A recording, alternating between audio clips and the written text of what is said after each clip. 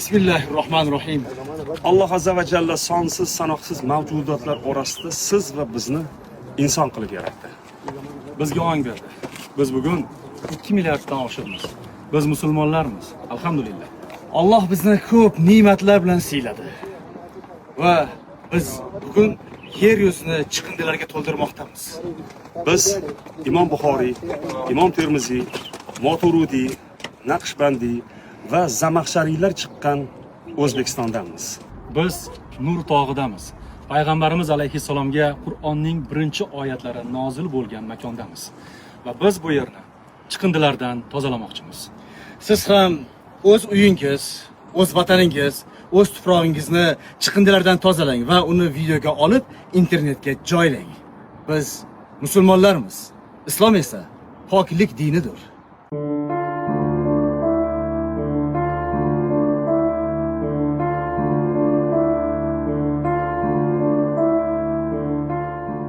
Afsuslanarli joyi bor.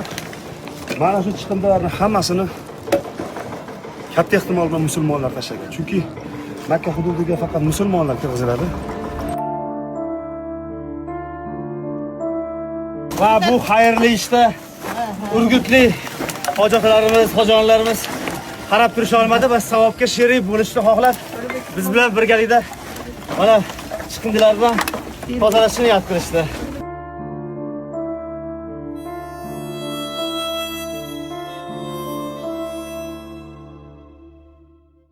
Nur tog'i juda katta.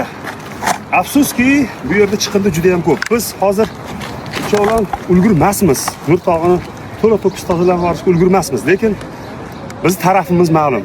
Biz dunyoni ozoda bo'lishini xohlaymiz.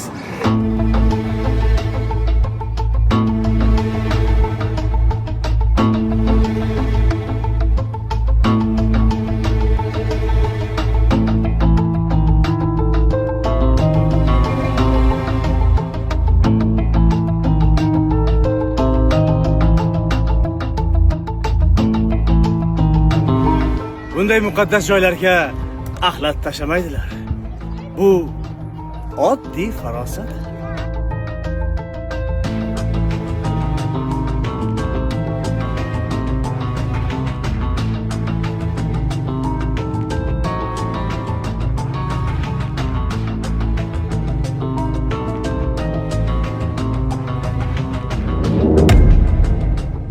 İnsoniyat, tabiatga yordam bera olmasangiz, ziyon ham keltirmang.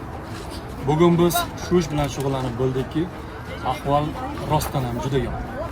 Bizda 30 ta qop bor edi.